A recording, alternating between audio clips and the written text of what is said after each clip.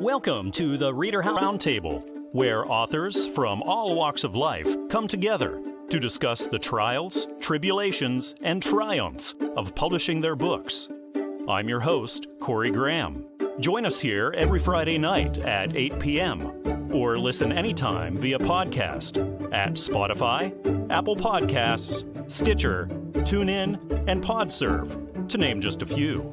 The Author Roundtable is sponsored by ReaderHouse Online Bookstore, where the independent new authors come first.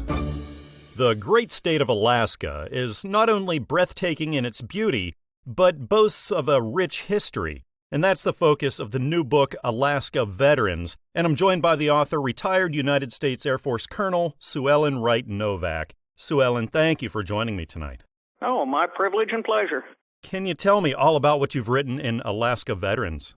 Alaska Veterans is an expanded version of the guided tour that I gave for years of the Alaska Veterans Museum. And so it tells little-known stories. I mean, even the Alaskans that are up here, they don't know this history. Wow. And so this introduces all of that. And for our visitors who are up here, it gives them a chance to take something home so that other people can hear those stories. Was there anything in particular that inspired you or sparked the idea to write this? Well, I'm the founding executive director for the museum. And the number of people that I would have come in that would take tours with me would say, hey, is any of this written down? Or maybe what you should do is maybe you should put flyers at each exhibit telling the story. I says, no, people aren't going to take the time to do that. And so that kind of birthed the idea of writing a book. Have you ever done this kind of thing before? What does your writing background look like? Writing for the Air Force. No, I don't have a writing background. This was something totally new and different. Wow, congratulations on getting a book out there. Thank you. I'm sure you learned a lot. What was the most challenging part of writing and publishing? Oh, I guess just the length of the process because of everything that you have to go through. And, of course, being in the military, I wasn't necessarily used to someone else's time frame. But it has been a great experience. Christian Faith Publishing is the best, and I would highly recommend it to any of the authors out there. Would you do it again? Would you think about writing another book? Well, actually, I have thought about doing a second volume that actually talks about Alaska's role in the Cold War era, because we had a massive role in that. But I don't know. My life has taken another turn, so maybe not. We'll think about it. About how long was the process from when you started writing it to when it hit store shelves? A little over a year. It took me 5 weeks to write the book. The rest of it was the process, and that's fine. There has to be an established process. Absolutely. Do you have any words of advice now? A lot of our listeners right now are aspiring authors. What words of wisdom could you give them? Well, the words of wisdom I would give would be, make sure you triple check all of your facts. Make sure that everything is to the T. The T's are crossed, the I's are dotted, all that good stuff. And as I said before, go with Christian Faith because they make it very easy to work with them. Yeah, it's really wise to partner with a reputable publisher who's been down this road many, many times and can anticipate a lot of the things that you might encounter along the way and get you in a really good position. Correct. That and their publicity, their press releases, everything else, they do a fantastic job. Now, when you're writing, it can be a lonely thing because normally you're just doing the whole thing by yourself. Did you have people who knew you were working on this and could be there to back you up and maybe give you encouragement along the way? Well, definitely my husband. And the staff at the museum was very helpful. In fact, I had to turn to them to get some photos. But yes, they were very encouraging. Can you tell me the thoughts or emotions going through you whenever you got this first book in your hands? Oh my gosh, is this for real? Yeah, I never thought that a first-time author with, first shot out of the cannon would score. So this has been a humbling experience in that respect. So could you give me an example? What do you think is one of the most surprising things about Alaska that people don't know about? That the Battle of Attu actually occurred and there was a World War II land battle in North America. They don't know that there were Attuans, the indigenous people, that were taken to Japan and detained in a camp. Almost half of them would lose their lives there. Wow. People just don't know this story, and the sad part is even Alaskans, it is part of Alaskan history, but even Alaskans, the majority, do not know the story. I mean, after all, come on, the Japanese came onto the islands in June of 1942, and we didn't take the islands back until we took Attu back starting in May 43, and then we went on to a deserted Kiska because the Japanese had pulled all of their troops out by submarine and under cover of another storm. Wow. So people, they simply don't know that. They don't know of the heroism of the defenders of Attu in particular. It actually was the second most costly battle in the Pacific War, second only to Iwo Jima. But folks do not know that. The historians will tell you that the Battle of Attu was simply a sidelight to Midway. Well, I got news for you. To the guys who fought there, it was no sidelight. Wow. And this story needs to be told. People need to know it. After all, that was only the second time we had been invaded and occupied in our history, in U.S. history. Wow. Truly is an important story to tell, and Suellyn, thank you for your hard work to get this really important history out to us. The name of the book is Alaska Veterans, written by Suellyn Wright Novak, retired colonel of the United States Air Force. It's published by Christian Faith Publishing. You can find this everywhere that you shop for books, on Amazon and Barnes & Noble, iTunes, and traditional brick-and-mortar stores. Well, Suellyn, thanks again for coming on the show here tonight. I had a nice time finding more out about Alaska and about the history that's out there, and it was just really nice chatting with you. My privilege and pleasure. Thank you. It's been great. I think the title of this next book is something many of us can say. I know I sure can. It's called My Teacher Changed My Life. Lee Armstrong is the author, and he's sitting down right here with me now at the ReaderHouse Author Roundtable. Lee, welcome to the show. Thank you for being here with me tonight. Thank you. Can you tell me what you've written about in My Teacher Changed My Life? Well, I'm now 76 years old, and I've had a very interesting life, both personal and professional. The teacher changed it because I wanted to be an automotive engineer, but I was never going to graduate from high school. I went to 6 different high schools, some strange things. So anyway, I wasn't going to be able to graduate. My teacher said in calculus class, "You're one of the smartest kids I've had. Where are you going to college?" And she thought she named a few like MIT kinds of places. And I said, "I can't go to college because I'm not graduating." She got back to me a week later, and a friend of hers was involved in administration in a local engineering school. And she got me enrolled in the engineering school without finishing high school. Wow. So I went on and wound up over the years with a master's level in mechanical engineering, electrical engineering, computer science, and systems engineering. And my whole career has been looking at the future technologies. Where are we going? How do we get there? And that has been my whole career, which has been interesting itself. But then my personal life is things like my first wife started having an affair with a man who was just getting out of prison for killing his wife. Oh, my gosh. Which is strange enough she'd have an affair with him in the first place. But then she wanted to marry him, so she filed for divorce. And then she had her second thoughts and said, words I'll never forget, "Why can't you just share me?" Wow.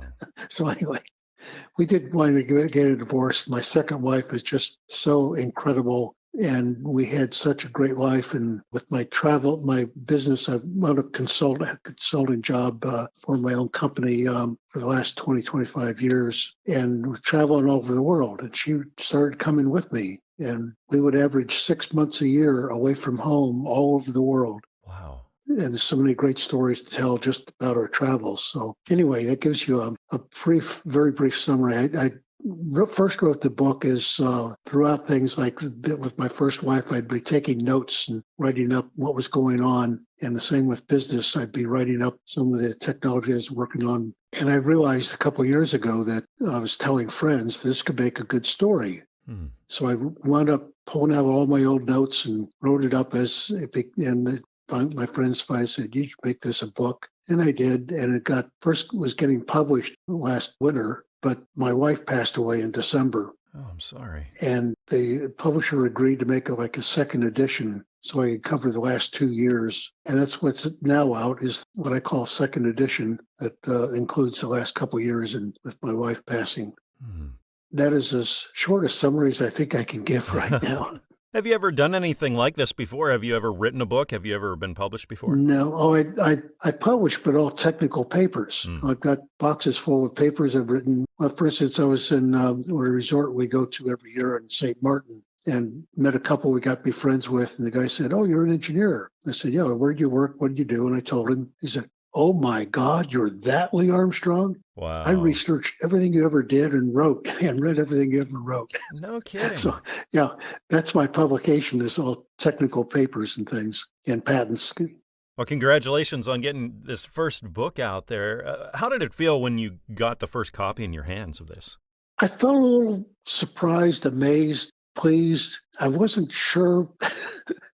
I felt a little happy that it's finally getting out there and I can tell my whole story in this way. So I guess I felt glad that I could get it done and get out there.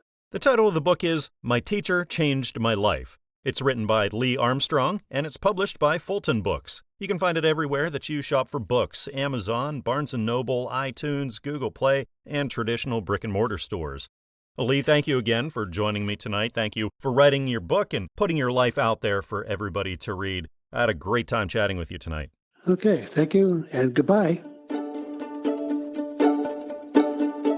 The next book we're talking about here tells about a life that many would see as negative, but it's turned into a positive, and that's the life of M. Doctor, the author of Dancing in the Rain.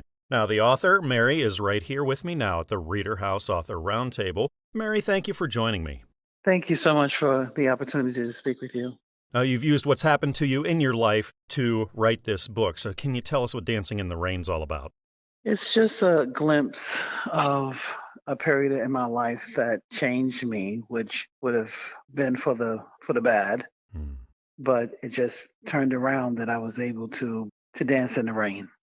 That's what it's all about, like overcoming your obstacles and the things that happen to be able to still dance and give God praise. It's a great message. Was there anything in particular that gave you the idea or inspired you to write your story and tell the world? Yeah, it was many years of just putting down little pieces of it and then finally just feeling the confidence that it's a message that should be heard. And that it was pressed upon my heart to write it because somebody needed to read it. Somebody needed to hear that their beginning was not their end. How long were you working on this? It was off and on a couple of years, I guess. But when I sat down to do it and really got everything together, it didn't take me long. It took me a month to put it together. Is this your first time at writing or publishing? It's the first time publishing, yes. I took classes at the university where I worked. And I was encouraged by my teachers to continue to write. This book was my first that I had the courage to send out there to see if it was worthy of being published. Congratulations on your first book. How's it feel now that you call yourself a published author? It's amazing. I mean, at my age, I didn't think that I had more to accomplish, but it goes to show that age is only a number and you can keep on being great as long as you have breath. Absolutely. I'm sure you learned a lot along the way of writing this and publishing this. Could you offer any words of advice to the aspiring authors out there? People have come to me and they said, I have a book in me, and I said, just sit down and write it. That's all you have to do. You don't have to put any expectations on yourself or have compare yourself to anybody else. Just write down your thoughts and then go back over them, and then you'll see that it'll begin to flow out of you, and you will have a creation that you never thought that you were able to do. Have you given any thought to writing more and publishing more in the future? Well, I've already published my second book. Oh, wow. It's called Surviving the Storm, and it just was published about a month ago. I'm on to my third book. Wow. Actually, I just sent it in yesterday. I really want to do a book a year for as long as I can, and I've already have some of the material already done. So I'm just moving forward. I mean, I don't want to stop now that I've started. I don't want to stop. Wow. Sounds like you enjoy writing now. Do you ever get writer's block? Of course. But what I usually do when something like that happens, I'll reread. And as I'm rereading, I'll get more thoughts. And then I might have to put it aside for a few days or whatever, but I always come back to it. Did you have people in your life who could support you and encourage you, knew you were writing this book, knew you were working on getting it published, and they could be there to back you up? No, not really. Oh. Not really. I mean, I had the memories of my teachers who told me that I could do it. And then I really just prayed about it. And the encouragement that I got was a sense of urgency to do it. Mm. And I just pushed through, and the result is that beautiful book. This book is called Dancing in the Rain, written by M. Doctor. It's published by Christian Faith Publishing, and you can find it everywhere that you shop for books: Amazon, Barnes & Noble, iTunes, and traditional brick-and-mortar stores. Well, Mary, thank you again for sitting down here with me tonight. I had a really nice time chatting with you. Thank you again so much for the opportunity. I appreciate it. Author Michael Myer has a new book in stores. It's a crime thriller. It's titled Exit Strategy. I'm really happy that Michael is joining me here right now at the ReaderHouse Author Roundtable. Michael, thank you so much for being here. It's a pleasure. Can you tell me about the story you've told in Exit Strategy? Yes, it's kind of a crime thriller, if you will. It takes place in communities, in a mythical community, fictional, in Minnesota, suburb south of Minneapolis, St. Paul, where an armored car disappears with $50 million after a casino racetrack has their busiest weekend. At the same time, there's another horrendous crime taking place where a school is under siege, which is a problem way too prevalent in our society today. And it turns out that the two are somehow combined. And the FBI, who happen to be mostly ex-military, are now tracking this crime against the perpetrators, who also happen to be ex-military. So it kind of delves into the psyche of people who serve and why they serve, and some of these things, and what results is, or what comes as a result of it. Super interesting. How did the idea for this come about? I always had something along a heist book in the back of my head, and so I wanted to do that. And then after being exposed to working in a casino racetrack environment, that seemed like a good setting, not this particular place, but, just in general. And so it just built from there. About how long were you working on it? Way too long. 5 years. So the 5 years I was working full time in the hospitality industry. And if you know anybody who works in the hospitality industry, it's not a 9-to-5 job. It's, Right. 60, 70 hours a week, especially in management. So I tried to do, both at the same time. And I finally, during COVID, had the time to actually finish the one with the publisher, Exit Strategy, and then write the sequel. I was going to ask about that next. Is this your first time writing books, being that you already have this sequel? It is. This is the first, it's not my first published work so much as it's my first published manuscript. I've always written for the hospitality industry in terms of, I was in marketing, so I'd create websites, I'd create brochures and write that copy, a lot of copywriting. And then also requests for proposals for like baseball stadiums, football stadiums. Our company was in that business. And so I would work on a team to write the response to those proposals so that it could be 100, 200 pages long. So, and then published works in magazines for the industry here locally and nationally, successful meetings, magazines, stuff like that. Yeah, fiction writing can be a little bit of a different animal than the nonfiction. So when you went to write this, did you have it outlined from beginning to end? Did you know how you wanted everything to play out, or was it more exploring as you went? That's funny you ask that, because no, I did not. Okay, which is a crime, because it's exactly what you do when you're answering a response to a proposal. No, I had this burning desire to do this story and just started writing it, and which was just horrendous. And then it took me 3 years to fix everything that was wrong. Just little things that you catch that, are very important to story. Like if a person's a lieutenant, then he's still a lieutenant. He can't be a sergeant later, a captain, Right. or, these types of just crazy things. Now, learning from the first one, I do use an outline, and actually I start with a premise and then go to an outline, and in the outline, each chapter is outlined briefly what I hope to gain from the beginning to the end, and then who the main characters are, and I've already developed them as part of the premise, so I use that, and that's worked out really, really well. I encourage our listeners to check this book out. It's called Exit Strategy, written by Michael Myer. It's published by Fulton Books, and you can find this everywhere: Amazon, Barnes & Noble, iTunes, Google Play, traditional brick-and-mortar stores, too. Well, Michael, thanks again for joining me. This sounds like a really, really great read. I'm really happy that we could talk tonight. It's an absolute pleasure, Corey, and I thank you for reaching out. It's a story of redemption. It's called Blue Sunday, and it's the new book out right now by Latricia Thornton. And Latricia is right here with me now at the ReaderHouse Author Roundtable. Welcome to the show, Latricia. Thank you for joining me tonight. Thank you. Now, can you tell me all about the story that's in Blue Sunday? So the assistant pastor, Gregory Emery, had a close to death experience, or he thought he was going to die because he thought he had cancer. But he prays to God, and God sees him through it and everything. And he comes back with great results from the doctor. And so therefore, he feels like he's got a new lease on life. And because his business is in the business of saving souls, he thinks about his old best friend from high school who had got caught up in drugs and ended up going to prison. And he decides that he kind of wants to just kind of reach out to him and maybe try to help him find God if he hasn't already. He goes off to another state and everything, and he tries to see him in prison, but his friend Shane Goday refuses to see him. Fast forward about 4 years later, Shane ends up in his old town, but he's a homeless man, and he ends up going to the church, not because he wants to, but by some miracle of God puts him in the right place at the right time. And Greg is doing this thing where he's helping homeless men in the community by giving them a job to work on things at the church. And they work for 6 months. They give them room and board and everything. And then they give them the money at the end of the 6 months so that they can help them get them on their feet, get them a place to live and everything. And Shane ends up going in, and they think he's somebody else. The other person who was sent from another church, the homeless guy never shows up. So Shane is thought to be the homeless guy.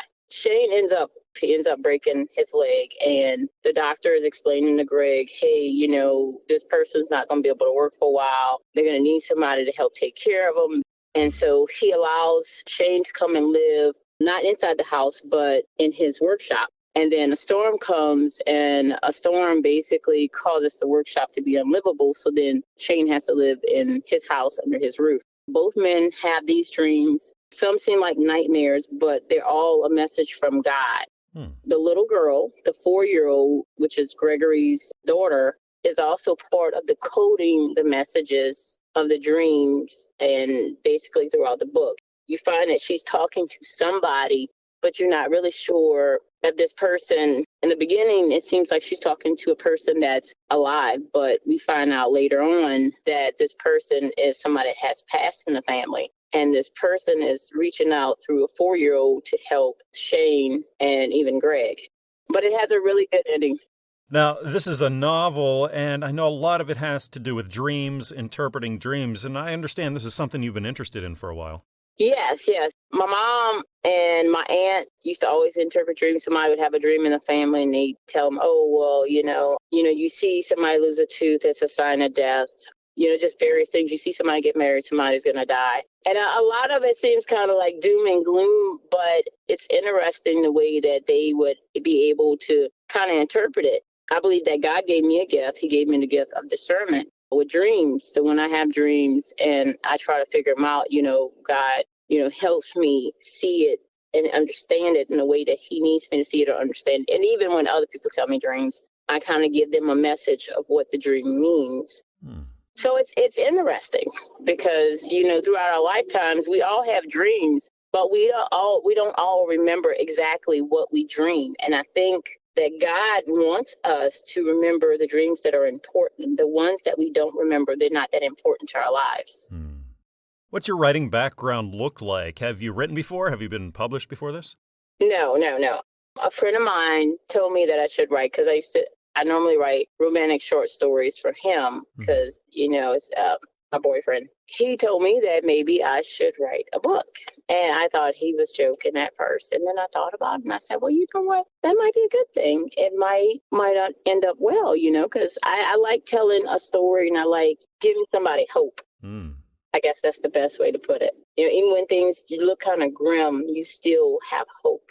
It's called Blue Sunday, written by Latricia Thornton and published by Christian Faith Publishing. You can get this everywhere you shop for your reading material: Amazon, Barnes & Noble, iTunes, and traditional brick-and-mortar stores. Latricia, thank you for telling me all about Blue Sunday. I really enjoyed our talk. Thank you. I appreciate you. We here at the ReaderHouse Author Roundtable love books that pass wisdom on to the younger generation. Author Jan Sherman is doing just that in her new book, Brandon the Bee, Be You. I'm really happy to be joined by Jan here right now. Jan, welcome to the show. Thanks for being here. Oh, thank you. Thank you for the opportunity. Could you tell me all about Brandon the Bee, Be You? Absolutely. This book is near and dear to my heart. It is about bullying and how Brandon the Bee has a blue stripe and he was bullied, and how Queen Bee just tells him that he's perfect just the way he is and that he should embrace his differences, and just kind of encouraging him. And then he goes through this dream of this mean bee. It's Lucas the bully bee. And he just is making fun of his blue stripe, and Brandon the Bee is just scared. But then something inside of him wells up, and he's got this incredible confidence. And he just says, blue stripe power. And, and he just realizes that he's got something somebody else doesn't have. The whole moral of this book is bullying is a real thing, and children get bullied. But if we can embrace our differences, we can see that we are special just the way we are. What a great message. Did you have an age range of children in mind when you wrote this? Probably 4 to 8. How did you get the idea for this story? Well, you know what? I just wanted to bring simple life lessons to children in a way that they can understand. And I know that that's something that they struggle with. And this main character, Brandon the Bee, is kind of after my late son, Brandon, and some of the things he went through. And I wanted to bring that out and just have little children understand that they are wonderful. So I'm just trying to pick, and Brandon the Bee is a book series. My first book was called Be Kind, and then this one's Be You. So it's just bringing good morals into the homes and to the lives of children. Certainly. Thank you for that. Now, you mentioned this being a series. Do you have more planned then after this? Absolutely. Yeah, I'm working on my third Brandon the Bee book now. Oh, that's wonderful. How long does it take you to write a book like this? Oh, gosh. Usually, well, the first 2 books have really come fairly easy. As long as I have a topic and think through the plot and the characters that I want in it, it goes fairly quick. But honestly, writing children's books to me is a lot harder than writing an adult book. It's just you've got to get the message right in a way that they understand and keep it short and simple. And so that's kind of what I do. But it probably took me maybe 3 months to write it. Another big part of children's books are the illustrations. What kind of process was that like for you? You know what? I work with Fulton Books, and they are amazing, and their illustrators are top-notch. And if something isn't right, because I have a picture in my mind, then I just kind of let them know, no, can we tweak it this way? Can we do it this way? And they are wonderful to work with. A lot of our listeners are aspiring authors. They want to write their first book. They want to get their message out there to the world. Do you have any words of advice that you could offer? Just do it.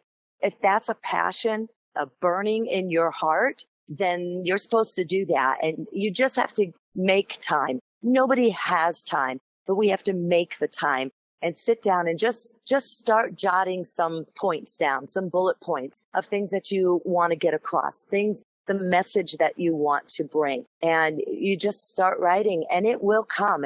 Sometimes there's that whole writer's block. Well, then you just stop and you go to it the next day. But it will come and it's amazing. The process is amazing. The name of the book is Brandon the Bee, Be You.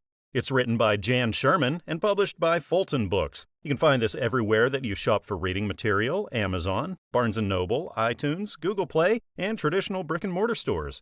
Well, Jan, it was great having you on the show here today. Thank you for putting this great message out there for our children to learn about. I hope we can do this again soon. Absolutely, and thank you so much. Author Jerry Manikin just sat down with me here at the ReaderHouse Author Roundtable. Welcome to the show, Jerry. Thank you for joining me. Thank you. You've got a new book out, just hit stores. It's called Only You and God Knows You. I don't understand the Bible, but I do understand God and life. Can you tell me what this is all about? It's about letters that I write for me and the average person. What gave you the inspiration, or what sparked you to write this and publish it for the world? Well, one day when I thought about what a priest told me years ago, that I reminded him about one of the saints. I don't remember if he said which one or anything, but that's what kind of prompted me to research the saints. Did you have a target reader audience in mind when you wrote this? Well, ever since I could remember, I was always aware of my God, and I tried to make others aware, but I would never, ever push my beliefs on others. My letters are my thoughts. Is this the first time you've been published? Yes.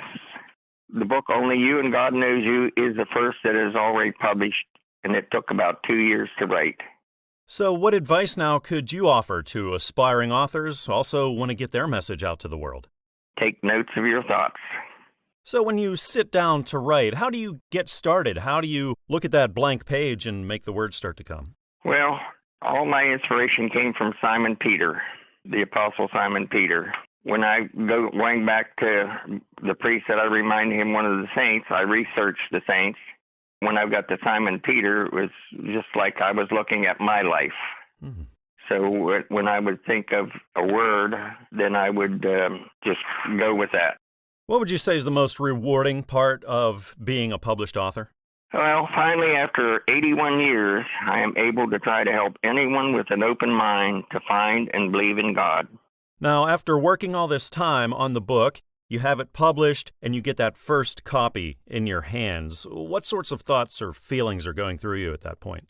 When I first saw my finished published work at home, it was like finally serving our God and hoping it will inspire others to live their life free and without the weight on their shoulders. In other words, let me help carry that burden with these letters. Is there a person you can identify in your life who has most inspired you? Jesus Christ our Lord. Now, looking down the road, do you have more books in mind? I do. The second one is titled, I Will Gladly Meet You Halfway If I Knew Where to Start. And the third will be, You Will Never Hear I Told You So from Jesus. Now, when it comes to things that you read, personally, I assume that the Bible is a big part of your life. Is there other sorts of reading that you do to keep yourself educated or inspired? Sadly, I'm not much of a reader as my days and nights are full. That's why I make a lot of spelling errors. I recommend reading to help correct that. Reading books. I think somebody should read at least one book a month. And like I said, I've read the Bible. I don't understand it. This is why I try to write letters for the average person like me. Is there anything else you would like our listeners to know about Only You and God Knows You? Well, the letters I write are meant for me, and I want to share them with whoever wishes to have a happier life and make others happy. Don't wait until tomorrow for your life to begin. Start now. I don't want to have to sneeze before you bless me. And that's pretty much it. And the only thing is, if you like the letters, tell your friends. And if you don't, tell your enemies. I love it. The book is called Only You and God Knows You. I don't understand the Bible, but I do understand God and life. It's written by Jerry Manikin and published by Christian Faith Publishing. You can find this everywhere you shop for books: Amazon, Barnes & Noble, iTunes, and traditional brick-and-mortar stores. Jerry, thanks again for coming by the show and chatting. I had a really nice time tonight. Thank you. I enjoyed the visit. In troubling times, it's comforting to remember that you're not alone. Author Hope Baldwin reminds readers of this in light of current times in her new book, Books Regarding Amid COVID-19, Universal Conversations. Hope's joining me here right now at the ReaderHouse Author Roundtable. Welcome to the show, Hope. Thank you very much for joining me. Thank you. Can you tell me all about Books Regarding Amid COVID-19? It's an animated book geared towards children regarding some of the conversations that most children have that are very similar. And I would like to let the children know that they are not alone, that most people are experiencing some of their troubles. How did the idea or inspiration to write this and publish it come about? Well, I wanted to let the children know that they wasn't alone. And of course, I was inspired by my granddaughter. I wanted to encourage her to know that she is not alone as she experienced in her life pandemic. About how long were you working on it? For about a month. I was also working on a couple of other books, but this book was completed in about a month. Now, I love the animated book aspect about it. Can you go into that? Well, I thought maybe the animation would really catch the eye of the children. Maybe they'll be more interested in seeing the animated form of it all. Without the animation, it may have appeared to be more adult and maybe not have caught the children's interest. So I thought animation was the way to go. So how did it feel then when you saw the finished product in your hands after working on it for so long and putting so much hard work and thought into it? It was surreal. Even right now, and it's like it didn't happen. Someone had called me and congratulated me on the book, and they actually said they enjoyed reading the book, and this was an adult. And then someone else jokingly said to me, "You're the experienced writer. You're the successful author." And I'm like thinking to myself, "You're right. I am a successful author." But I never considered myself to be successful at all. But hearing someone say that is like, you know what, you're right. My head held high now and I'm walking more proudly. It felt awesome. It felt awesome. Oh, it is so good to hear the encouragement of others. And so while you're writing this, writing a book and publishing a book, working on something like this can just be such a lonely process. It's often just you by yourself doing this. Did you have people who were around you and knew you were writing this and could kind of support you, motivate you along the way? Not at all. Oh, wow. It was amid COVID-19 and I live alone. I was in a house alone and I would get a thought and I would immediately process it. And then after a couple of days or a week, I would go back and build on the thought. No one actually knew not many people knew I was actually writing the book. So it was a lonely process, but it was a good process for me being in COVID-19 alone. It gave me fulfillment knowing that I will be encouraging children. I'm hoping that even if just one child get a good takeaway from my book, it was worth it. I'm hearing that from a lot of authors now, that they took advantage of all the, quote, free time that the pandemic had created in 2020, and they really put their creativity to work and used that time to tell their stories and to reach out and to help others. And it sounds like you did the same. Yes, solitude really brings me to writing very effectively. Every time I'm in solitude, I will get a thought and I will constantly build on the thought. Like I said, I'm working on other books also. Are those books in a different vein than this, or are you kind of continuing in this vein? I'm continuing in this vein as far as publication. Well, that's wonderful. Do you have any words of advice now for aspiring authors, maybe authors that haven't published their first book yet, but just need a little advice or encouragement? Well, I have a couple of quotes that do come to mind, like Nike would say, just do it. And like Oprah Winfrey said, ignore the naysayers. And like I would say, persevere without the baggage. Learn from your experiences, persevere without the baggage. It's called Books Regarding Amid COVID-19, Universal Conversations, written by Hope Baldwin and published by Fulton Books. You can find it everywhere that you shop for your reading material: Amazon, Barnes & Noble, iTunes, Google Play, and traditional brick-and-mortar stores. Hope, thank you again for joining me here tonight. I had a really nice time talking. And Corey, thank you. Enjoy the rest of your day. I'd like to welcome to the show right now author Tom Gaskins Jr. Tom, thank you for joining me today. Well, thank you for asking me to be on. It's my pleasure. You have a new book out there that I've heard tackles such a wide variety of topics that you never know what's coming next. It's called Cornerstones, so could you tell me all about this? Well, for a number of years, I just, through casual observance and through some not-so-casual observance, I felt like things were going awry in our nation, and I love this nation. So a book began to formulate in my mind. So that's what kicked it off. I needed to come up with what I thought was a foundational name, and so that's how I came up with the name Cornerstones. the cornerstone in a building is a very important building, and I feel like that there are many cornerstones in our lives. About how long were you working on writing this and going through the publishing process? Round figures, I would say 8 years. And is this the first time you've tackled anything like this? Have you written or published before? This is my first book. Well, congratulations. It's such a huge accomplishment to get your first book out there. So what did it feel like when you got that first copy in your hands? That was a moment of elation. Now, having gone through it for the first time, I'm sure you learned an awful lot about writing and about publishing. What advice could you give to aspiring authors who are listening out there? Don't give up.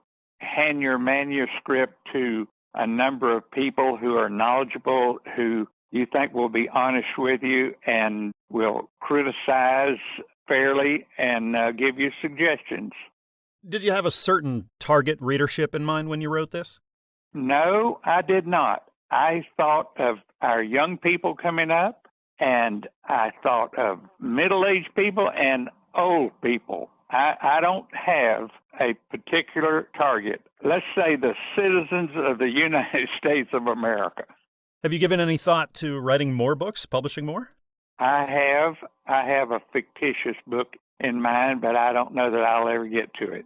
Do you ever get writer's block, especially when it comes to the fiction? That can happen an awful lot. Would that be a problem for you? Not really. No, I was enthusiastic from the beginning. My problem was where to stop. I kept coming up with additional thoughts, and since the book has been published, I've come up with additional thoughts. But like one man told me, he said, this book will never let you alone. I mentioned a while ago that I gave the manuscript to a number of people to have their input. One person was our preacher, the Church of Christ there in Lake Placid, Florida. I gave him the manuscript. And along the way, he came up with the cover, which I think is a very eye-catching cover. But he's very, very, very widely read. He was years in law enforcement and then 25 years with UPS, but he's a widely read person, and he made this statement. He said, I have read many a book in my life, but I've never read one like this. And I thought that was a rather profound statement. And that is one reason why I wrote this book.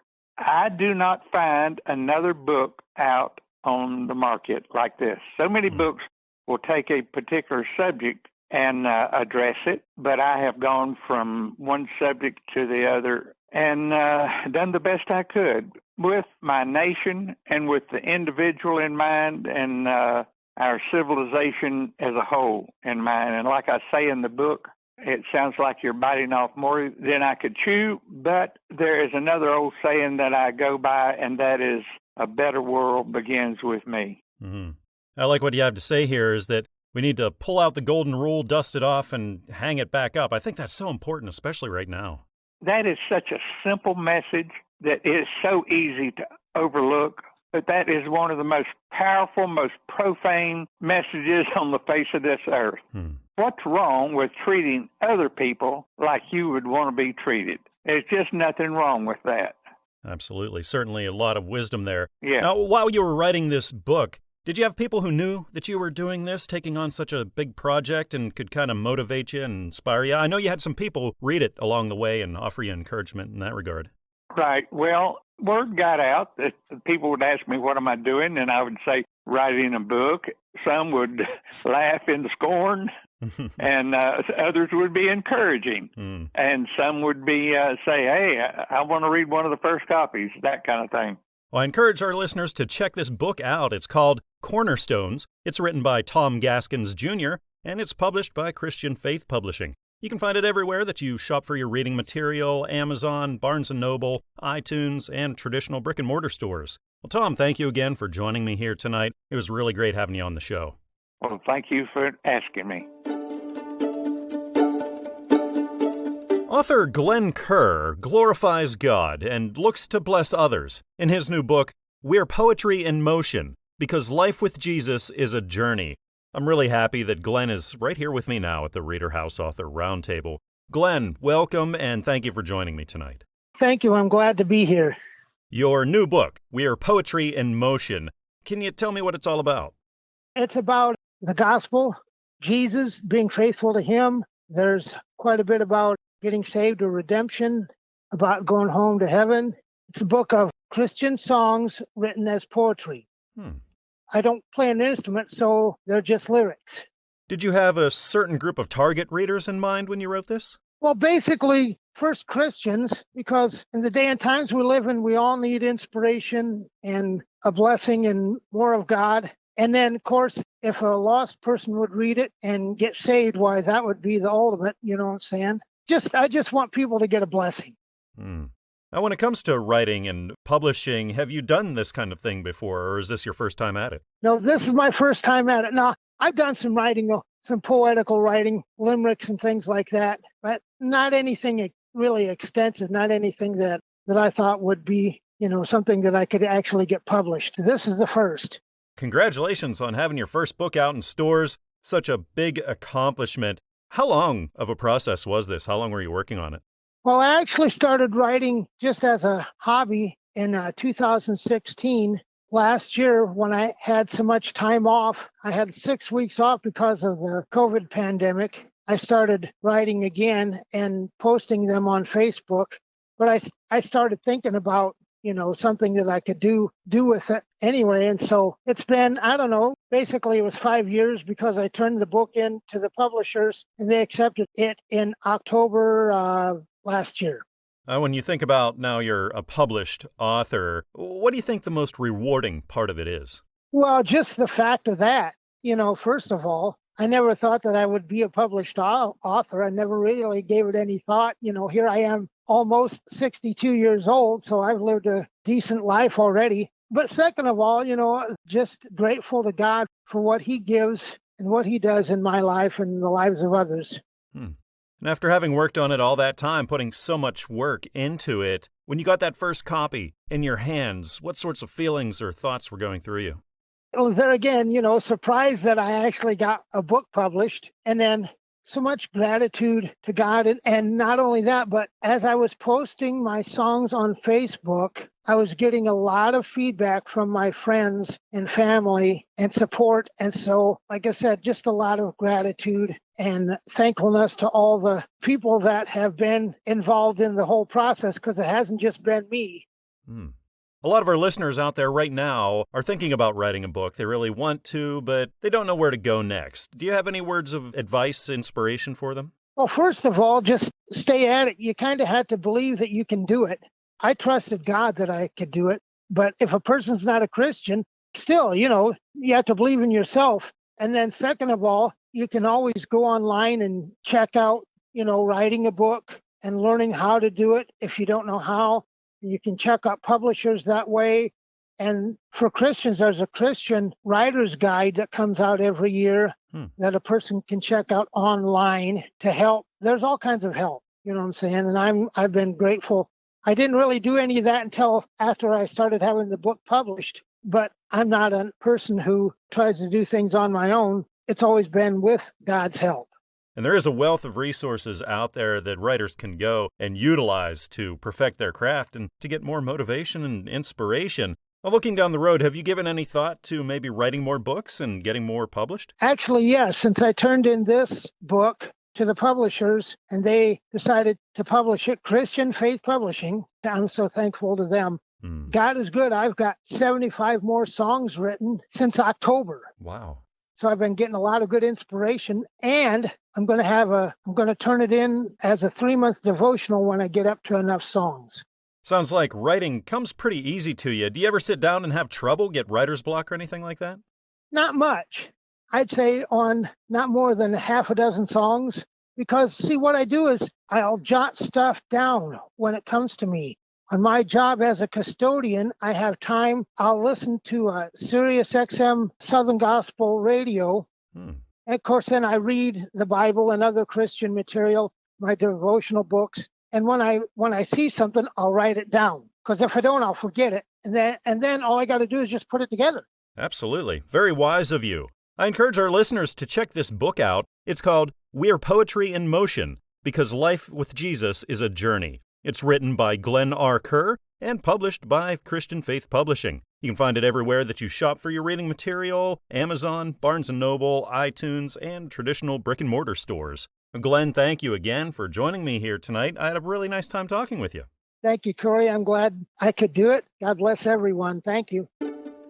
We hope you enjoyed this edition of the ReaderHouse Author Roundtable, where authors from all walks of life come together to discuss the trials, tribulations, and triumphs of publishing their books.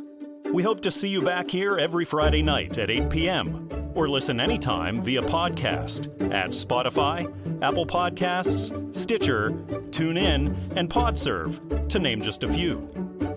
The Author Roundtable is sponsored by ReaderHouse Online Bookstore, where independent new authors come first.